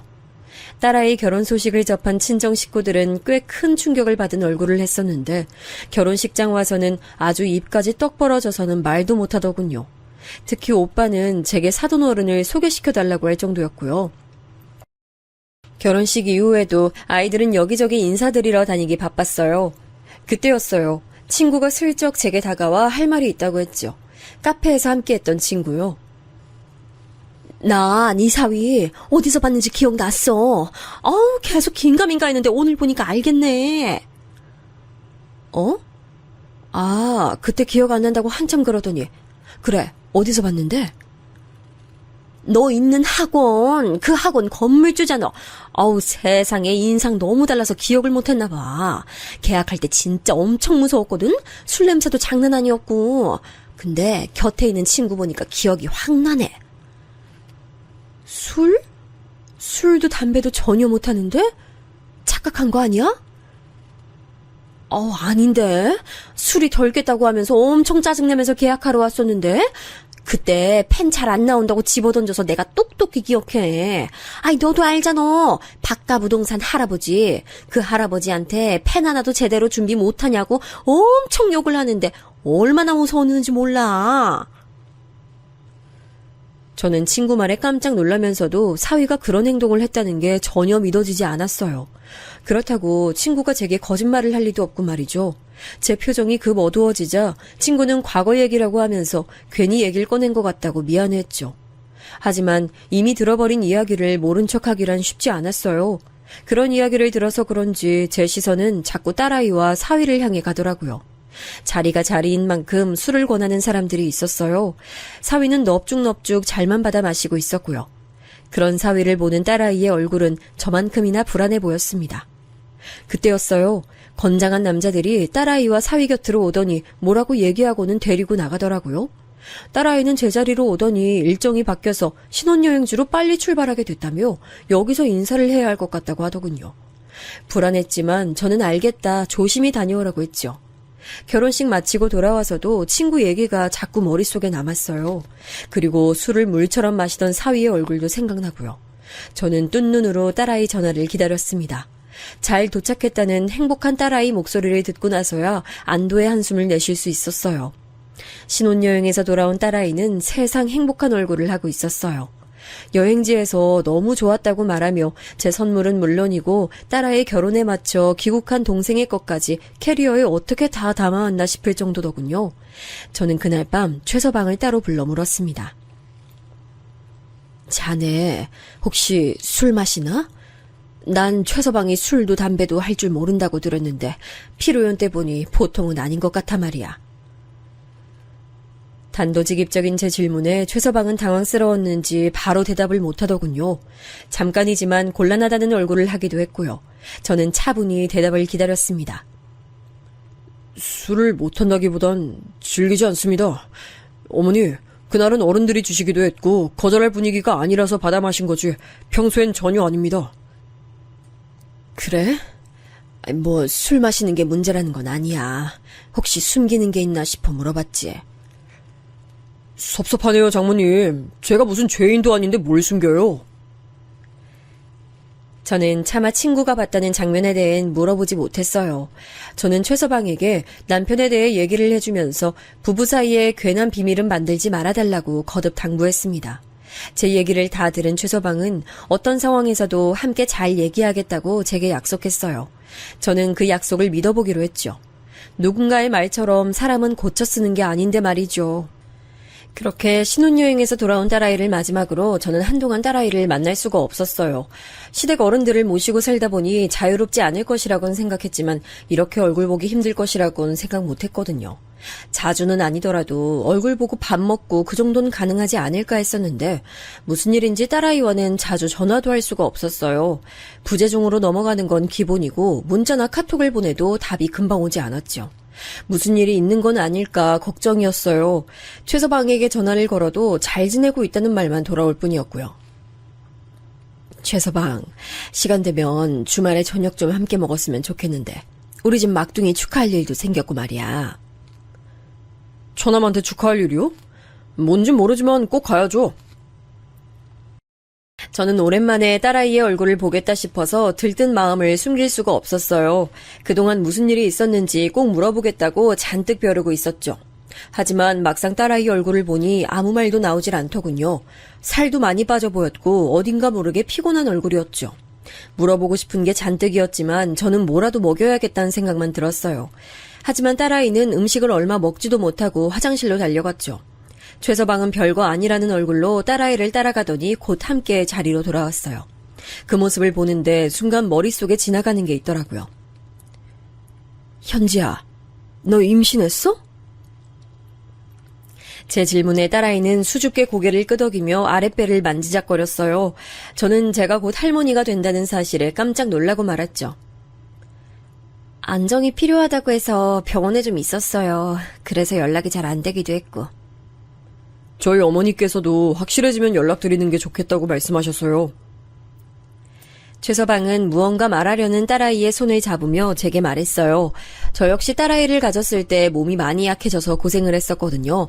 그래서 상황적으로는 이해가 됐지만 그런 힘든 순간에 엄마가 곁에 있어주지 못했다는 게 너무 속상했죠. 시댁이라는 불편한 곳에서 혼자 힘들어했을 딸아이를 생각하면 마음이 아프더군요. 딸아이는 최서방 눈치를 보며 제게 웃어 보였어요. 하지만 저는 그 웃음이 석연치 않았죠. 그럼 며칠만이라도 여기서 좀 있다가 엄마도 너 가졌을 때 고생 많이 했었는데. 어머니, 말씀은 정말 감사하지만 이 사람 건강 챙겨주는 사람들도 집에 상주하고 있으니까 너무 걱정 마세요. 그래도 엄마 마음이 그게 아니야. 현지도 내가 챙겨주는 게 더 편할 거 아니야. 전혀 모르는 사람들보다는. 그러니까 최서방. 당연히 어머니께서 잘 챙겨주시겠지만 그렇다고 어머니께서 전문가는 아니시잖아요? 이 사람 컨디션 체크는 그냥 전문가한테 맡기는 게 어떻겠어요? 제 말에도 최서방은 단호하게 절대 그럴 수 없다 하더군요. 울컥한 마음이 들었지만 붙잡아둘 명분이 없었어요. 하지만 이대로 딸아이를 보내면 안 된다는 생각이 든 것도 사실이었죠. 엄마 괜찮아요. 입덧이 좀 심하긴 한데 시댁 어른들이랑 집안일 봐주시는 분들이 세심하게 잘 챙겨주시거든요. 제가 서운한 기색이 역력하자 딸아이가 한마디 하더군요. 하지만 그 모습마저도 제 눈엔 어색하게 보일 뿐이었죠. 그날 저는 내키진 않았지만 아이들을 다시 보내야 됐어요. 딸아이가 타고 간 차가 멀어질 때까지 내려다봤죠. 그날 이후 딸아이와는 또 연락이 닿지 않았어요. 이번엔 문자조차 읽지 않더라고요. 카톡엔 사라지지 않은 일이 쌓여만 갔습니다.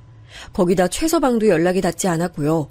이대로는 도저히 안 되겠다 싶어 딸아이와 초중고를 함께 다녀 많이 가까운 미진이에게 전화를 했습니다. 미진이 역시 딸아이와 연락이 되지 않는다 하더군요. 안 그래도 연락이 안 돼서 어머님께 전화드리려고 했어요. 저번 주에 전화하다가 끊겼거든요. 입덧이 너무 심하다고 힘들다고 하더니 갑자기 전화가 툭 끊겼어요. 그리고는 소식이 없네요. 다른 말은 없고? 혹시 그동안 연락하면서 수상하다거나 뭐 이상한 일은 없었어? 딱히 그런 말은 없었어요. 그냥 서둘러 전화 끊는 일이 많았다는 것 정도? 말도 없이 그냥 뚝 끊어버리는 일이 대다수였죠. 나중에 물어보면 남편이 들어와서라거나 시댁 어른께서 찾으셔서 그랬다고 하는데 아무리 그래도 그렇게 전화를 끊는 일이 어딨냐고 했더니 미안하다고만 하더라고요. 저는 점점 더 뭔가 이상하다는 생각과 함께 머릿속에 경보기가 울렸어요. 저는 내친 김에 최서방 회사에 찾아갔죠. 하지만 출장 갔다고 하면서 연락이 어렵다고 하더라고요. 내가 최서방 장모예요. 너무 급한 일이라서 그런데 어떻게 연락할 방법이 없나요? 죄송합니다. 중요한 출장이라 저희도 당장 연락을 전달하기가 어렵습니다. 하지만 오셨다고 메모 남겨둘게요. 저는 너무 급해서 그러니 어떻게 방법을 찾아볼 수 없겠냐 물었지만 돌아오는 대답은 하나더군요. 온몸에 힘이 하나도 들어가지 않았어요. 겨우 집에 들어오니 아들이 어디 아픈 건 아니냐고 걱정스럽게 바라봤죠. 너희 누나가 연락이 안 되네. 최서방도 마찬가지고. 출장 갔다곤 하는데 아무리 그래도 이렇게 연락이 안 될 수 있어? 저분도 그렇고 엄마는 뭐가 그렇게 걱정되시는 거예요? 누나도 컨디션 조절한다고 힘들겠죠. 임신이 쉬운 일도 아닌데. 그리고 출장이면 당연히 연락이 잘 안 될 수도 있죠. 너무 걱정 마세요. 엄만 너무 걱정이 많아요. 너무 과하다고 지적하는 아들의 말을 듣고 나니 제가 너무 유난을 떠는 건가 싶은 생각이 들기도 했죠. 그래서 얼마는 더 기다려보기로 했습니다. 그렇게 일주일의 시간이 흘렀어요. 하지만 딸아이에게도 최서방에게도 아무런 연락이 없었죠. 그렇게 열흘의 시간이 지났나 딸아이의 친구인 미진이에게 다급한 전화가 걸려왔어요. 방금 딸아이와 전화를 했다고 하면서 말이죠. 어머니, 현지 목소리가 좀 이상해요. 애가 목소리가 완전히 잠겨서는 어디 아픈 사람 같아요. 거기다 영문을 알 수 없는 말만 하고요. 오죽하면 전화를 저한테 잘못 걸었나 싶었다니까요. 현지가 뭐라고 했는데 어디 아프대? 아프냐고 물었는데 날씨가 좋다 그러고, 어디냐고 물었는데 옛날에 외할아버지 댁에서 심부름했던 때 생각난다 그러고, 진짜 무슨 수수께끼인가 싶을 정도였다니까요. 그러더니 또 전화가 툭 끊어졌어요. 저는 미진이가 말한 외할아버지 댁이란 소리에 정신이 번쩍 들었어요. 남편의 죽음 이후 친정에서 3년간 지낼 때 저희 모녀를 무슨 기생충 보듯이 보는 친정 식구들을 피해서 별채에서 지내고 있었는데요. 그때 딸아이가 심부름으로 창고에 들어갔다가 갇혀서 못 나왔던 적이 있었거든요.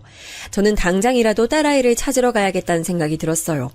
날이 밝자마자 저는 딸아이의 시댁으로 찾아갔습니다. 대략적인 위치만 알고 있지 정확한 주소도 몰랐는데 다행히 미진이가 임신 소식에 선물을 보낸 적이 있다며 주소를 알려주더라고요. 부랴부랴 달려간 곳에서 잠시 멈춰설 수밖에 없었습니다. 사돈댁은 한남동에서도 내놔라 하는 사람들이 많다는 곳이었더군요. 입구에서부터 들어가는 게 쉽지 않았어요. 사전에 연락을 받지 못했다고 하면서 아예 들여보내주질 않았죠. 저는 사돈댁에 인사하러 왔다고 말했지만 저를 아래 위로 훑어보는 사람들이 들은 척도 안 했죠. 확인해 보세요. 제 말이 맞는지 아닌지. 그럼 될 거 아니냐고요. 여기서 이러시면 곤란해요. 방문자 명단에 없으시면 들어가실 수가 없단 말입니다. 여기가 아무나 들어가는 데가 아니에요. 기가 막혔습니다. 한참 실랑이를 하는데 갑자기 차 한 대가 멈춰서더니 최서방이 내리며 저를 불렀어요. 저는 그동안 제 전화며 문자를 다 무시한 최서방을 보는 순간 욕이 혀끝까지 올라왔지만 꾹 눌러 참아야만 했어요. 최서방, 출장이라고 하더니 이제 돌아온다 봐. 전화에 답이 없길래 아직 출장 중인 줄 알았는데. 그게 죄송합니다. 제가 정신이 좀 없어서. 장모님께서는 여기 무슨 일이세요? 사돈댁에 뭐하러 왔겠어? 딸아이 얼굴 좀 보려고 왔지. 잘 됐네. 앞장서. 그 사람 지금 집에 없어요, 어머니. 잠깐 나갔어요. 나가? 내가 꼭두 새벽부터 여길 찾아왔는데 나가긴 어딜 나갔다는 말이야. 나 오늘은 그냥 못 물러나니까 당장 앞장서. 무슨 일이 있어도 얼굴 봐야겠으니. 제가 당장이라도 안으로 들어갈 것처럼 보였는지 최서방은 따로 연락드리겠다고 하면서 저를 말렸죠. 당장이라도 뿌리치고 싶었지만 제 팔을 잡는 손이 생각보다 너무 강했어요. 저도 모르게 아프다고 소리를 지를 만큼 말이죠. 최서방은 그런 제 반응에도 아랑곳 않고 저를 자신의 차에 태우더군요. 저는 무슨 일이 있길래 딸아이의 얼굴을 보여주지 않느냐고 최서방을 다그쳤지만 피곤하다는 듯이 고개를 돌리며 그냥 집에 가라고 하더군요. 댁에 가 계시면 그 사람한테 연락하라고 할 테니까 여기까지 와서 이런 행패 부리시는 건 좀 삼가주세요. 여기 보는 사람들 눈도 많은데 저희 집 체면도 생각은 해주셔야죠. 최서방의 그런 태도에 오기가 생겼습니다. 그리고 분명 무언가 숨기는 게 있다는 것을 확신했죠. 그날 저녁 최서방의 말처럼 딸아이에게 문자가 왔습니다. 잘 지내고 있으며 조만간 집으로 오겠다 말이죠. 저는 그 문자를 받고도 안심이 안 됐어요. 제 눈으로 딸아이의 모습을 꼭 봐야겠다는 생각만 들었죠. 저는 친구에게 사정 얘기를 했습니다. 친구는 자기 역시 뭔가 일이 생긴 것 같다고 말하며 사돈댁이 있는 곳으로 들어갈 수 있는 방법을 찾아보겠다고 했죠. 친구 연락을 하염없이 기다리면서 저는 딸아이에게 몇 번이나 전화를 걸었지만 잘 지낸다는 문자만 받을 수 있었어요. 여전히 목소리 한 번 들을 수 없었죠. 며칠 뒤 친구는 몇 달이 건너 아는 사람이 그 안에서 살고 있다고 하면서 방문객의 이름을 올려주기로 했다고 알려줬어요. 그리고 바로 찾아갔죠. 혹시나 관리인이 저를 알아보면 어떻게 하나 긴장했지만 다른 사람이더군요. 친구와 함께 들어간 저는 바로 사돈댁으로 향했습니다. 집에서 일하는 사람들만 있을 뿐 사돈도 최서방도 나가고 없었죠. 처음엔 아무도 없다고 들여보내주질 않아서 이대로 물러나야 하나 싶었는데 곧 정장을 차려입은 여자분이 나와선 잠시 들어오라고 했죠. 꽤나 높은 사람인지 다들 그 사람한테 고개를 숙이더군요. 저를 거실로 안내한 그 사람은 사돈은 부부 동반으로 크루즈 여행 중이라 만날 수 없다고 했어요. 저는 딸아이를 좀 보고 싶은데요. 집에 없나요? 작은 사모님께서는 안정기에 접어들어 체력 회복을 위해 잠시 지방에 가셨습니다. 휴양이요? 어디로요? 저는 전혀 들은 바 없는 이야기라 어디로 간 것이냐 물었지만 여자는 알려줄 수 없단 말만 했습니다. 최서방도 알고 있냐고 물었지만 마찬가지로 대답할 수 없단 대답이 돌아왔고요. 도대체 뭐가 시원하게 해결되는 것이 없어 답답한 찰나 여자는 이제 그만 나가달란 말을 하면서 제 가방을 들었어요. 내 딸 어디 있는지 알려주세요. 얼굴도 안 보여주고 목소리도 못 듣고 잘 지낸단 문자가 전부인데 걱정 안 되게 생겼어요? 안정기에 접어들었다고 하면서 체력 회복은 또 무슨 말이에요? 말이 된다고 생각해요? 당신들 돈이 아무리 많아도 사람을 이렇게 대우하면 안 되죠. 드릴 말씀 없습니다. 가방 가지고 나가주세요. 여자는 제 손에 가방을 꼭 쥐어주며 나가라고 했죠. 그런데 제 손을 쥐는 그 느낌이 이상하더라고요. 가방을 건네줄 때 그렇게 손을 잡는 경우가 없지 않나 싶으면서 말이죠. 여자는 제 눈을 똑바로 바라보더니 가방 잘 챙겨가란 말을 남기곤 저를 밖으로 쫓아냈죠. 친구는 어떻게 됐냐 물었지만 저는 대답 대신 가방을 열었습니다. 그 안엔 못 보던 종이봉투가 들어있었어요. 그 속엔 짧은 쪽지와 함께 USB가 들어있었습니다. 딸을 구하셔야 합니다. 지하실. 급하게 휘갈겨 쓴 메시지에 저는 심장이 떨어져 내리는 기분이었습니다. 지하실이라니 딸을 구하라는 말은 또 무슨 말인가 싶었죠. 저는 떨리는 손으로 USB를 연결해 내용물을 확인했습니다. CCTV 화면이 뜨더니 곧 최서방이 보였어요. 소리는 담겨있지 않았지만 최서방이 어디론가 향해 소리를 지르고 있었습니다. 화면 한쪽에서 딸아이 모습이 보였습니다. 그때보다 더 살이 빠져 보였고 배가 살짝 불러있었어요. 그때였어요. 갑자기 최서방이 성큼성큼 딸아이에게 다가가더니 다짜고짜 딸아이의 머리채를 붙들고는 사정없이 뺨을 때렸죠. 저는 너무 놀라 소리도 지르지 못하고 입을 틀어막았습니다.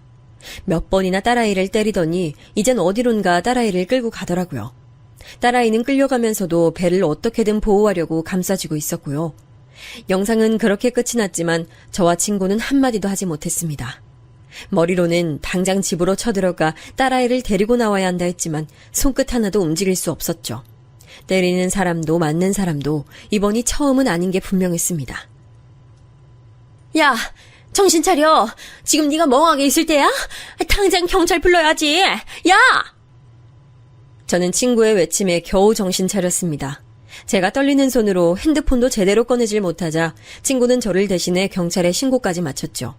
저는 아들에게도 전화를 걸어 사정 얘기를 했습니다. 아들은 당장 주소를 남겨달라고 하곤 제게 경찰이 올 때까지 절대 먼저 들어가면 안 된다 하더군요. 곧 경찰이 도착하고 저는 제가 본 영상을 그대로 보여줬습니다. 경찰도 깜짝 놀란 얼굴을 하더니 바로 119와 지원을 요청하곤 사돈댁으로 향했죠. 경찰은 제게 들어오면 안 된다고 했지만 저는 다 뿌리치고 따라 들어갔습니다. 입구에서부터 실랑이가 벌어지고 있었어요. 경찰의 말에도 그런 일 없다고 말하며 절대 들어오면 안 된다고 사람들이 막아서고 있었죠. 얼마 안 있어 증언된 경찰과 함께 최서방 얼굴도 보였습니다. 오해라고 말하며 집에는 아무도 없다고 말하더라고요.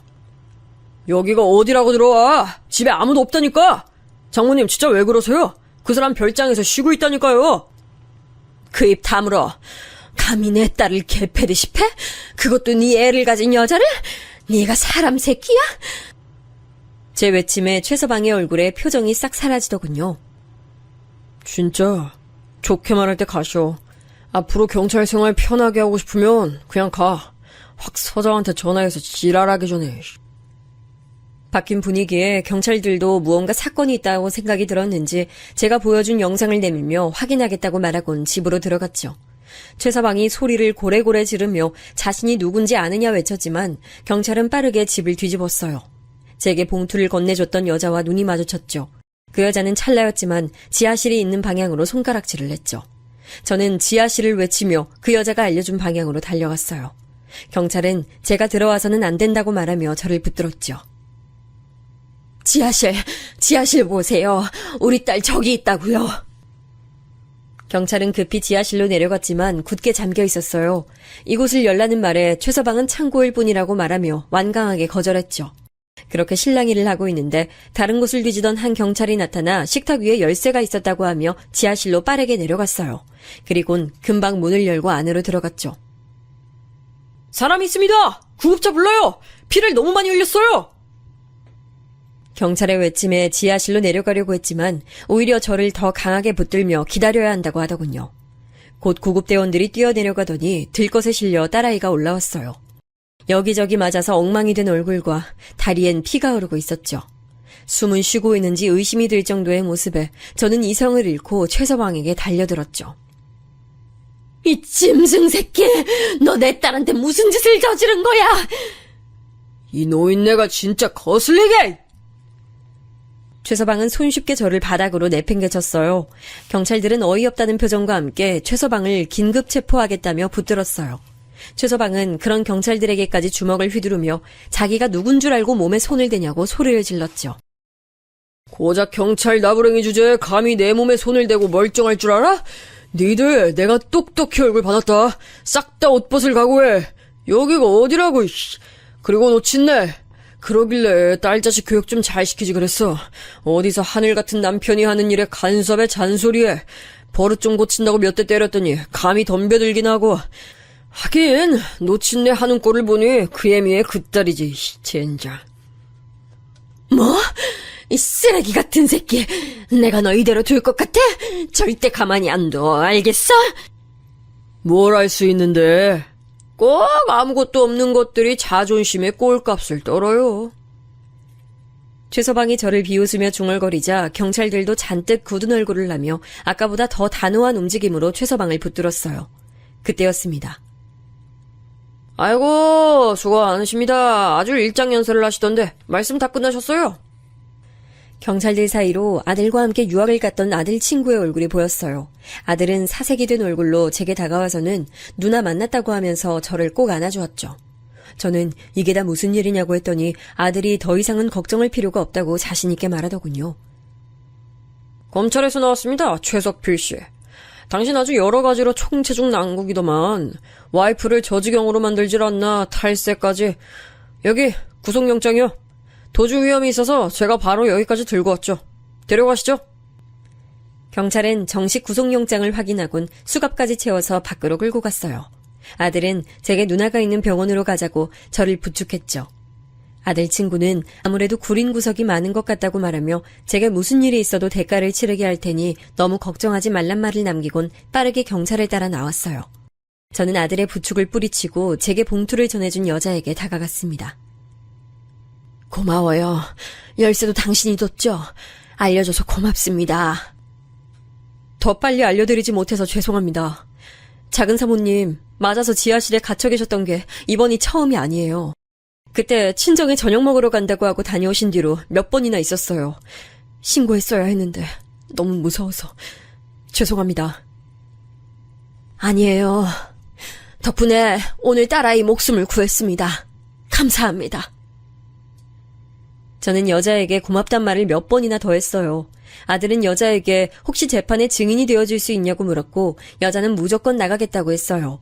혹시 모를 상태를 대비해 아들은 자신과 함께 나가시는 게 좋을 것 같다고 말했고 여자도 저와 함께 그 집을 나왔죠. 밖으로 나왔더니 친구 모습이 보이질 않았어요. 아들 말에 의하면 구급대를 따라 병원으로 갔다고 하더군요. 저는 바로 딸을 보러 병원을 갔습니다. 병원에서는 여기저기 맞은 곳이 많아 걱정했지만 유산은 아니라고 하더군요.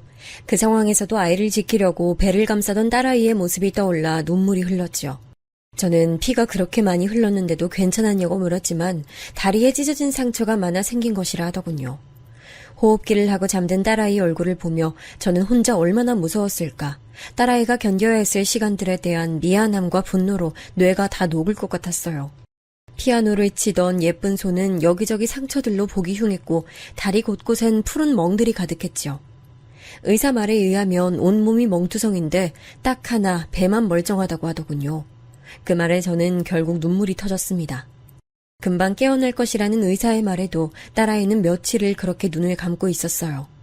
저는 왜 의식이 돌아오지 않느냐 물었지만 의사들도 좀 더 기다려보라는 말만 했죠.